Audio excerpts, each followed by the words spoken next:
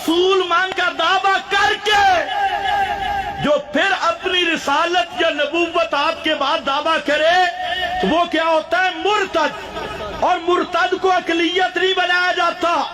अगर मुर्तद अकलियत बने उसका नतीजा ये निकलता है जो तेरे मुल्क में है वही मुर्तद जज बन के बैठा है, वही मुर्तद अफसर बन के बैठा है, वही मुर्तद स्कूल और कॉलेज में प्रोफेसर डॉक्टर बन के बैठे अस्पतालों में, वही मुर्तद कलीदी ओहदों पे है। हालांकि मेरे नबी की शरीयत कहती है मुर्तद वो होता है जो वाजिबुल कत्ल हो। और इस पे अबू बकर सिद्दीक ने अमल करके दिखाया, हजरत खालिद बिन वलीद ने अमल करके दिखाया।